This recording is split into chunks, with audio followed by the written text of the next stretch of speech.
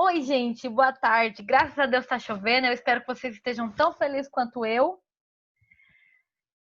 Aproveitem então, tanto para poder descansar um pouco, quanto para poder estudar. Dá uma lida. Você tá feliz? Eu também tô feliz. Por que você tá feliz? Coloca aí no chat, eu gosto de saber de vocês. Daqui a pouco acaba a aula. Depois você dorme.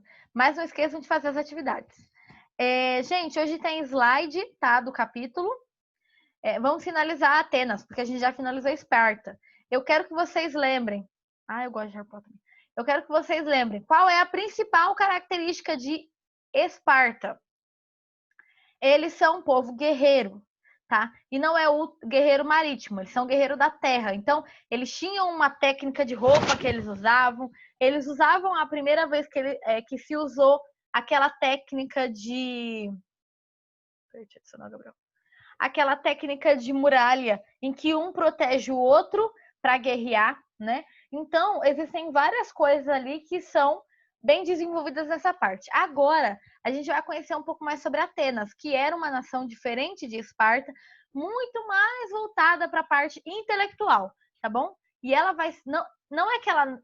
Quer dizer que ela não tenha coisas de luta, de guerra, eles não eram um povo guerreiro, eles eram também, mas não tão profissional quanto Esparta foi, tá bom? Eu vou mostrar um pouquinho para vocês, eu vou tentar falar o máximo de coisa que o livro também não traz, porque Atenas é um povo bem complexo, né? Falamos um pouquinho nas outras aulas sobre, por exemplo, que Atenas foi fundada pelos jônios, né? Uma diferença de Esparta, que foi fundada pelos dórios, um povo guerreiro, que era contra a escrita, contra essa importância, né? Falamos também no capítulo anterior, que foi em Atenas que vai surgir vários conceitos matemáticos, o conceito da filosofia, o que é filosofia, arte de pensar, né? Os maiores filósofos clássicos são atenienses. Tudo por quê? Por que acontecia isso, gente? Por que eles desenvolvem tanta coisa de astronomia, de arquitetura, de filosofia? Por que isso? Porque eles tinham o conceito de tempo ocioso, ou o ócio. Se você não sabe o que é isso, escreva aí no seu glossário. Escreve assim, ócio. O que é o ócio? O ócio é um tempo que a pessoa dedicava a fazer nada. A gente já falou um pouquinho sobre o ócio, mas para quem não lembra, então o ócio é o tempo que era dedicado a fazer nada. Que tipo de nada fazer? Não podia fazer atividade física, não era para trabalhar, era parar e ficar lá refletindo, olhando a natureza, pensando, descansando, tá?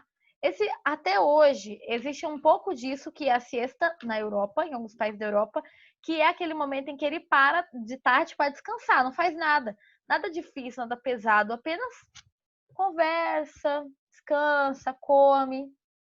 Por que não? Assim também é um bom tempo para a gente ter como parar e pensar. Porque a gente está vendo um mundo tão frenético, de tanta coisa para fazer, que as pessoas têm dificuldade de parar, refletir seus atos, refletir os atos dos outros, o quanto isso interfere na gente, tá? Então, eles aproveitavam bastante esse tempo ocioso. Essa é a imagem do fundo aí Atenas, tá bom? É lá que criou o conceito de democracia, então eles tinham uma ideia política muito grande, essa ideia de que nós podemos votar, né, a força da maioria, a ideia da democracia foi criada lá. E antes, aí você imagina, a maioria das cidades antes tinha um conceito de reinado ou de aristocracia, oligarquia, né, sempre em mão de poucos. Podiam ser alguém da nobreza ou alguém ali com importância de terra, dinheiro, enfim, mas eram essas pessoas que governavam. Agora em Atenas, eles vão passar por um processo que eu vou explicar para vocês, que vai ser de transformação política e eles vão se tornar democráticas, uma região democrática, né? Então, no século IX a.C., lembrando que antes de Cristo é de trás para frente, então seria mais ou menos, sei lá, Abraão viveu no ano 6.000 a.C., por exemplo. E aí, acho que é 4.000, na verdade. Aí vai contando, né? 4.000 anos depois. 3.999 a.C. Depois, 3.998 a.C. Assim vai até o ano zero, que seria o ano de nascimento de Cristo, tá? Então, no século 9 a.C., viviam em um regime democrático.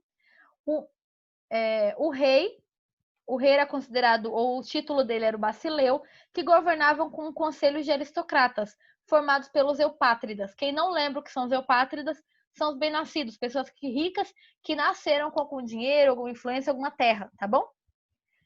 Chegou a durar 200 anos essa estrutura do reinado. Antes disso, na verdade, né? Antes da ideia da democracia, eles tinham um governo de rei mesmo, monarquia.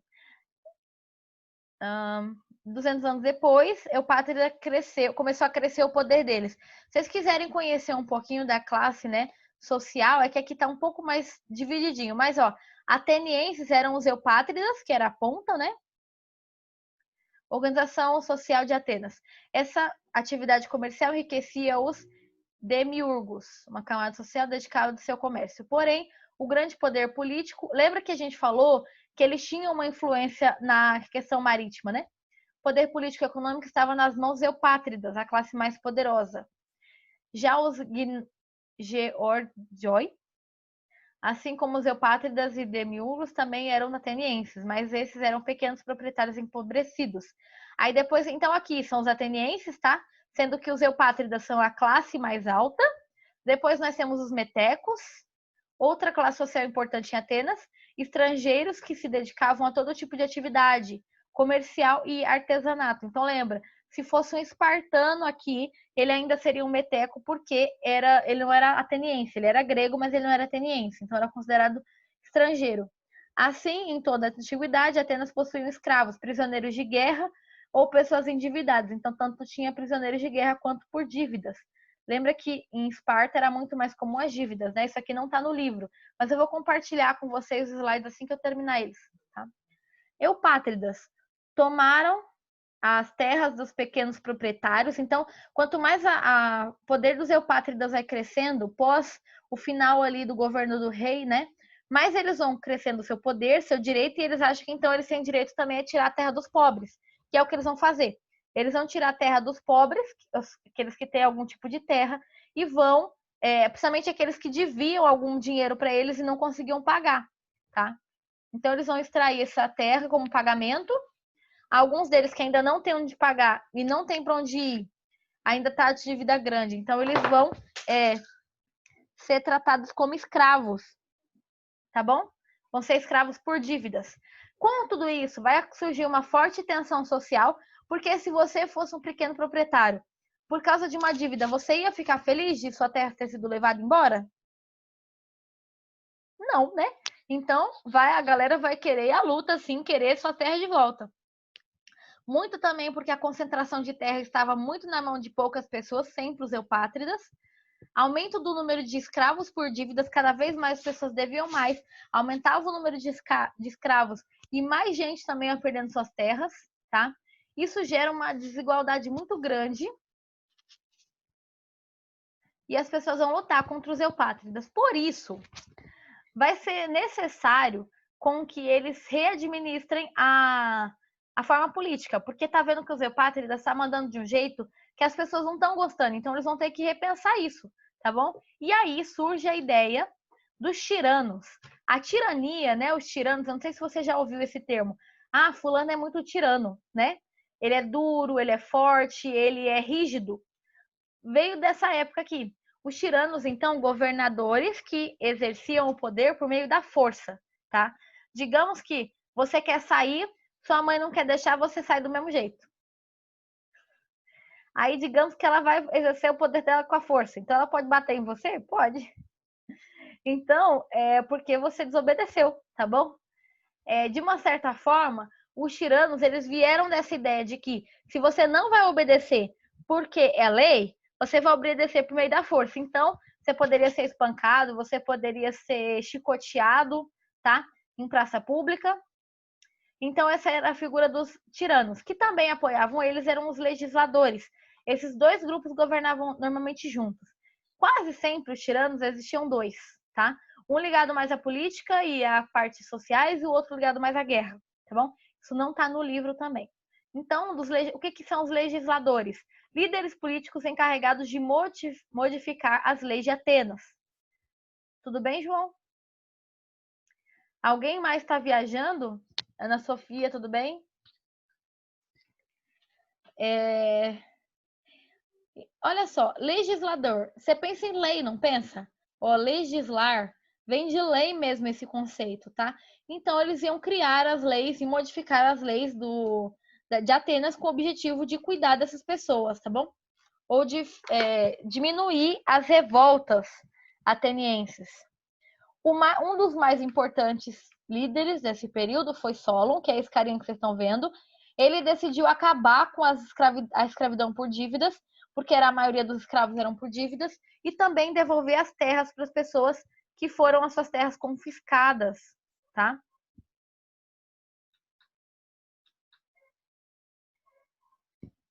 Nossa, tá forte a luz. E aí, depois disso, nós temos as reformas. Tá?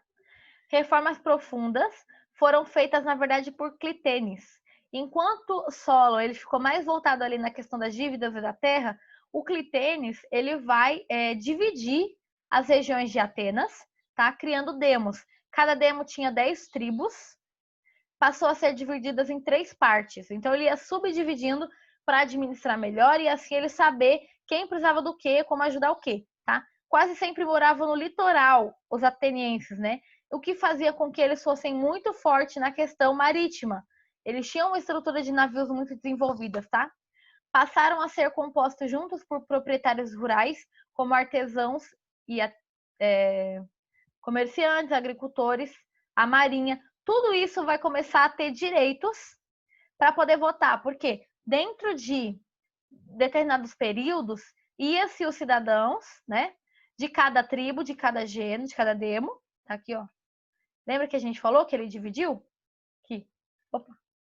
Ele dividiu, né? Então, vai ter que ter representante de todas essas tribos, de todas essas demos. Então, ele vai dividir, vai ter representante de todo mundo, não só da parte rural, não só do exército. Tá vendo como é o início do surgimento da democracia?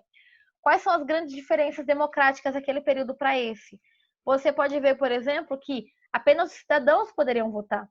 Quem eram os cidadãos? Homens, maiores de idade, pessoas que costumavam ser livres, tá? Então, a maioria, mulheres, crianças, idosos, ou pessoas que eram escravas, estrangeiros, não votavam, tá? Qual é o capítulo? É o 10. Ainda estou no livro 2, mas hoje a gente acaba esse. Essa organização política enfraqueceu a aristocracia cada vez mais, então esse governo na mão de poucos vai sendo extinguido, vai acabando. Representantes de diferentes grupos sociais vão surgindo, tá? Podiam elaborar leis para a poli. Então, cada vez mais eles vão elaborando leis e regras de acordo com a necessidade da poli, tá? E também das pessoas que ali viviam. Por exemplo, o de cada demo. Se eles tinham uma necessidade da demo, eles poderiam votar ali, praça pública. Gente, tudo bem até aqui? Faz um joinha, tudo bem? Escreve aí no chat o que você pode estar com dúvida.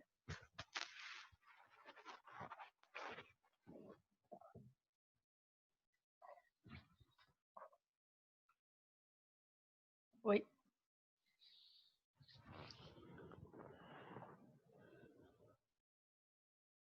É para escrever a sua dúvida. E fazer um joinha se você está entendendo.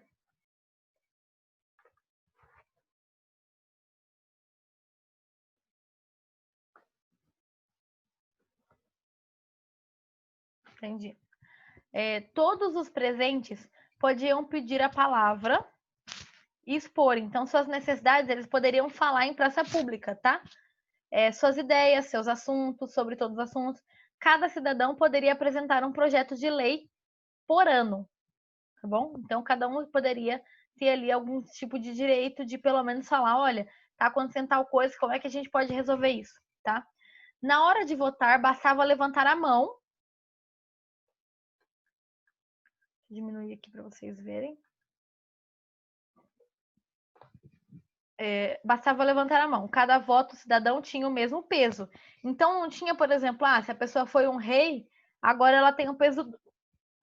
Ela tem um peso 2 e a população no geral tem um peso 1 só de voto, como se ele valesse 2 pessoas.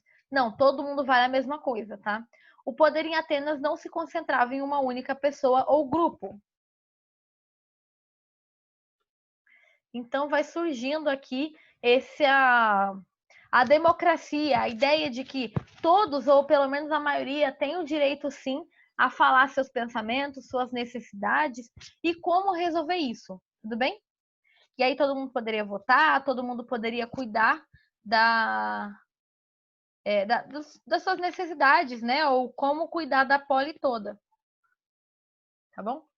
E aí nós vamos ter a questão das guerras, tá? Século V e século IV a.C. ocorreram duas grandes guerras. Existiram outros conflitos menores, gregas. Por exemplo, Atenas sempre entrava em guerra, mas não eram muito. Oh, desculpa. Não era muito comum todas as outras. Essas daqui foram grandes mesmo, tá? A primeira delas travada com os persas. Eu falei para vocês que a gente estuda isso quando estudamos os persas, né? Que são as guerras médicas. Elas foram 3 batalhas, tá? Muito, muito importantes. E com o vasto território conquistado pelos persas, a gente falou que eles tinham um território bem conquistado, né? Começa um processo de conquista das polis gregas. Mas lembra quando eu falei na semana passada que o meu inimigo do meu inimigo é meu amigo? O inimigo do meu inimigo é meu amigo? Então, eles vão fazer isso. Por quê? Eles vão tentar atacar várias comunidades ali na região grega e os gregos vão. Lembra que eles eram cidades-estados, então eles não tinham uma única poli governando. Mas agora vai mudar isso, porque eu prefiro que alguém do meu povo grego governe todo o território do que uma pessoa que não seja grega, como os persas, tá bom? Então eles vão meio que fazer um acordo para ajudar mutuamente uns aos outros. Então, começa um processo de conquista das polis gregas. Gregas, né? Vou arrumar isso aqui. Que de início podiam manter sua autonomia, então algumas cidades que foram invadidas pelos persas poderiam manter sua autonomia? Poderia, mas aí começa um processo de interferência política, interferência de imposto, cada vez mais as pessoas vão ter que pagar mais impostos, tá? E aí essas medidas vão revoltar os gregos. Mileto, principalmente, se rebela contra os persas. Os persas reagem à rebelião e arrasaram a cidade de Mileto. De novo, o inimigo do meu inimigo é meu amigo, mas o inimigo do meu parceiro é meu amigo. Não, o inimigo do meu parceiro é meu inimigo. Então eles vão se unir contra, porque eles não queriam que outros povos dominassem a cidade de Mileto, entre outros, porque eles acharam, agora é muito mais fácil governar essas terras, sendo que já tem Mileto abaixo deles, certo? Então, 4 anos mais tarde, sob o comando do rei Dario, foram derrotados pelos atenienses na Batalha de Maratona, desculpa. Tudo bem até aqui?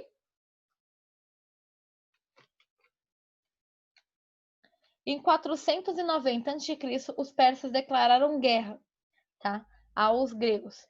Reuniram um exército de 250 mil homens, que não obtiveram sucesso mesmo assim. Com as tropas de Esparta e Atenas unidas, expulsaram os invasores, porém conseguiram invadir Atenas.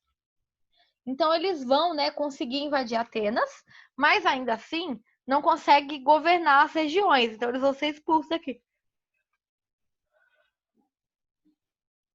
Dá uma olhadinha aí no mapa, tá? Cidade-estado. O que era Atenas? Olha, território ateniense, na região da Ática. Territórios aliados dos atenienses.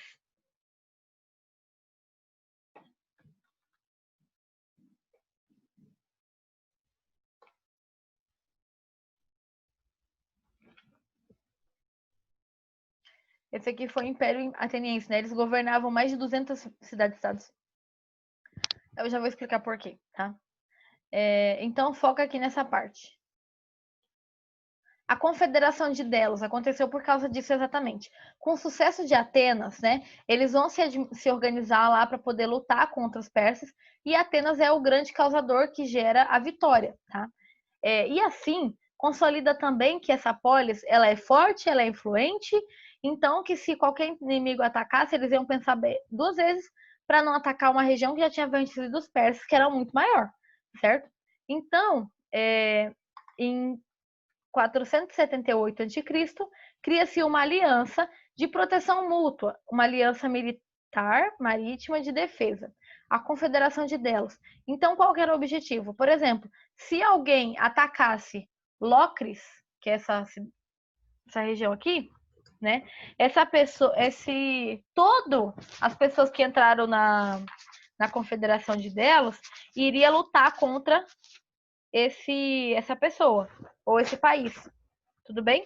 Antes não, cada um estava meio que por si, porque eles eram cidades-estados. Mas agora, eles ainda vão ser cidade-estado, mas vão ter a proteção de Atenas. Então, a Atenas vai criar nessa Confederação de Delos, fazendo com que qualquer pessoa que for atacar vai ter todo esse grupo contra ele para lutar, tá bom? Atenas vai ser a sede dessa confederação. Não é ela de início, mas depois muda para lá e ela aproveita disso. Por quê? Com a desculpa de que a gente deve se estruturar para uma próxima guerra, por exemplo, eles começam a juntar impostos, juntar dinheiro dessas cidades-estados apenas para construir sua cidade. Vocês vão ver daqui a pouco. E aí, Esparta não vai gostar nada disso, tá? No início, participava da Conferência de Delos, ele entrou no início, até porque eles um ajudou o outro, né, na batalha de Maradona, nas guerras médicas. Os atenienses pediram impostos e tributos cada vez mais altos, sempre para melhorar sua condição lá em Atenas, tá? Os atenienses decidiram promover a democracia em todas as polis aliadas. Então, ela queria que tivesse democracia, mas algumas polis não queriam manter sua própria estrutura de poder, tá bom? Podia ser reino, podia ser alguma outra coisa, mas no geral ela tá, ou nobreza, ou oligarquia, mas ainda assim ela queria que todo mundo fosse democrático. E não vai dar certo, as pessoas não vão gostar tanto, ainda mais a Esparta. Esparta resolve sair, né, da batalha, ou sair da Confederação de Delos e criar uma outro grupo, que é a Liga do Peloponeso. Lembra que a região de Esparta ficava no Peloponeso, né? Mesmo com a saída de Esparta, a confederação tinha cerca de 200 polis, então ela ainda era bem, bem grande, tá? E os tributos arrecadados eram muito importantes, era uma importante fonte de renda para Atenas. Possível iniciar um processo imperialista, conquistando possessões persas no Mar Egeu. Então, Atenas passou por um grande processo de reconstrução, ganhando tribunais, mercados, teatro, estátua gigante. Separado.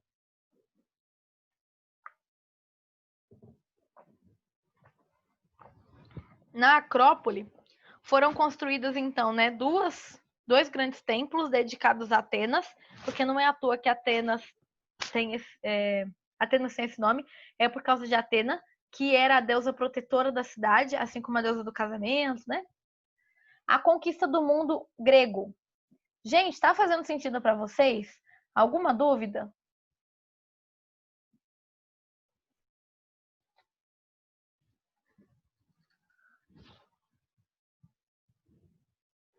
Tudo bem? Tá fazendo sentido?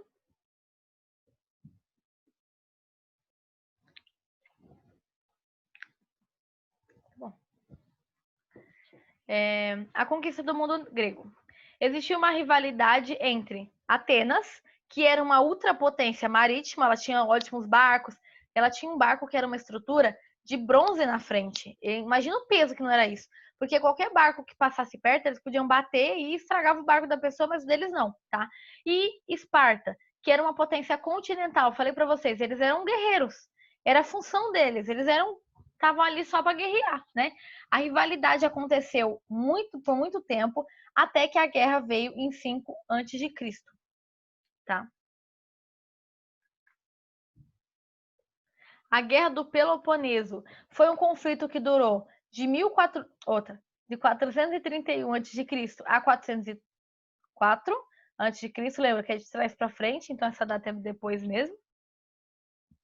Quando os espartanos, com a ajuda dos persas, derrotaram os atenienses, implantando em Atenas uma oligarquia. Então, gente, olha só, com a ajuda dos persas, os espartanos pediram ajudas para os atenienses antes e eles conseguiram ganhar. Aí agora eles vão pedir ajuda dos persas para poder administrar o território, tá bom?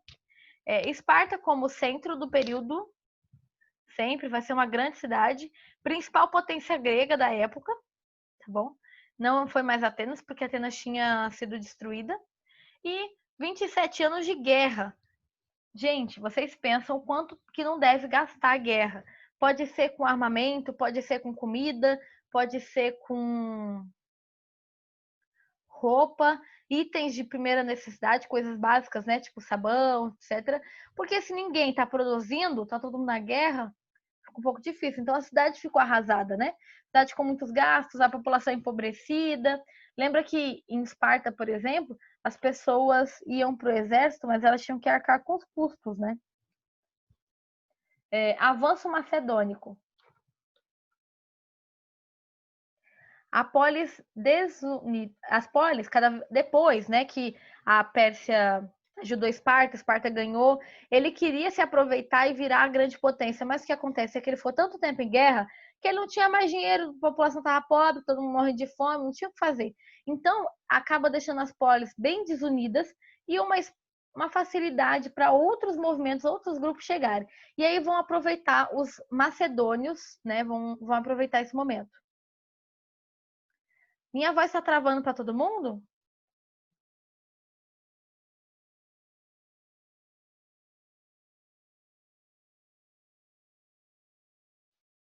Ixi, acho que ninguém nem tá me ouvindo. Gente, minha voz tá travando para mais alguém? Coloque aí o nome no chat, por favor.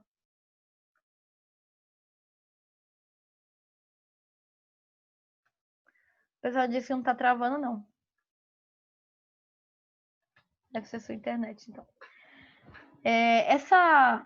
Esse período de desunião das polis e várias convulsões sociais em que a população estava morrendo de fome enquanto o governo ficou bastante tempo em guerra, tá? Alvo vai ser mais fácil para que outros grupos cheguem. E aí vai vir a figura dos macedônios. Viveu no norte do território grego no ano 340 a.C., sob o comando do rei Filipe II. Invadiram o território grego e 2 anos depois, o Filipe declara guerra. Filipe II, né? Declara guerra ao. Desculpa, se declara governante de Roma, tá? E aí ele vai produzir várias mudanças, por exemplo, acabar com as cidades-estados isoladas, cada vez mais as pessoas vão saber que os grupos, que os estados são de um mesmo governo, tá bom? Viviam no norte do território. Opa, passei para frente. 336 a.C., Filipe foi assassinado. Tá, eu não consegui achar quem que assassinou ele. E aí o filho dele vai ter que assumir, que é o Alexandre. Ele tinha 20 anos quando ele assume, mas ele vai ser um importante cara, porque ele vai fazer muita coisa grande, tá? Ele vai ser conhecido tanto como Alexandre o Grande. Esse é em, não eu, M. Em continuidade à política expansionista do seu pai, ele continua, né? Partindo em direção ao Oriente, conquistou a Ásia Menor, ao Oriente Médio, Norte da África, Pérsia, chegando até a fronteira da Índia.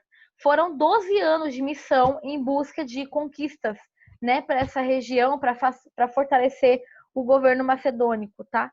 Gente, ele realmente foi muito grande. Vocês vão ver o tamanho do império dele. Por isso foi conhecido como Alexandre o Grande. Isso daqui, olha, tudo que está aqui mais fortinho é Império do Alexandre, tá? Os povos dominados passaram por grandes transformações. O rei criou diversas cidades, como Alexandria, que vai ser uma das locais que tem uma biblioteca maior da história, só que foi queimada. Colocou generais de confiança para comandar as terras conquistadas, assim ele sabia, né, o que estava acontecendo, estava sendo roubado, e também ele também era um discípulo de Aristóteles. Quem lembra de Aristóteles era ele, Platão, foram os grandes fundadores da filosofia, né? E ele vai ser um dos discípulos de Aristóteles.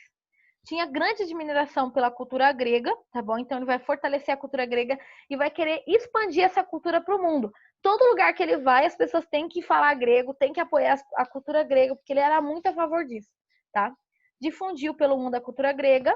Então, conforme conquistava, disseminava a cultura grega entre os povos, que resultou na fusão de conhecimentos. Então, se você não é grego e você sabe alguma coisa, a gente pode juntar aqui os nossos conhecimentos, né? E assim desenvolver um conhecimento maior, certo? Dando origem ao helenismo. Então, lembra que eles se consideravam helenos, né? Com o declínio de Atenas, a cidade de Alexandria tornou-se o centro do saber no mundo antigo. Então, lá era onde mais se tinha saber, tá? Ali existia o livro de filosofia, matemática, astronomia. A cidade ganhou uma biblioteca com 700 mil manuscritos. Então, era muita coisa mesmo que eles tinham, quase uma biblioteca completa para o período, tá bom? Alexandre se destacou pelo Alexandria também se destacava pelo porto. Eles tinham um porto bem legal, onde foi construído um farol. Gente, pensa naquela época, 5.000 a.C., as pessoas já construíam um farol para se localizar, tá? Considerando uma das 7 maravilhas do mundo. Gente, alguém ficou com alguma dúvida até aqui? Coloca aí no chat. Eu vou passar os slides para vocês. Esses aqui são os videozinhos bons para vocês assistirem, que é do Grandes Civilizações. E aí tem a parte grega, é bem legal para vocês aprenderem um pouco mais. Todo mundo colocou o nome no chat? Bianca, Amanda, Jamile, Daniel. Só recebi essas pessoas.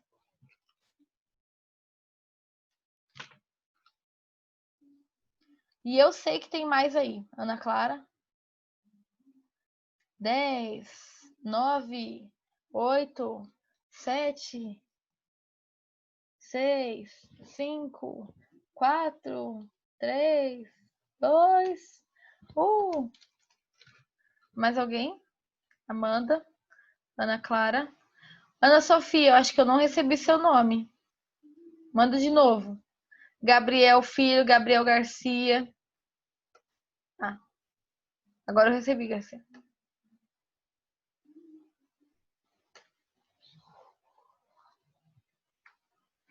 O nome na chamada, Gabriel.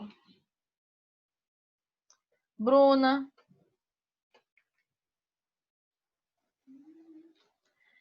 É isso, gente. Você já pegou seu livro, Gabriel? Não? Tá bom. Sem pressa. Tá bom, gente. É isso. Se ninguém tem nenhuma dúvida, fiquem com Deus. Até amanhã.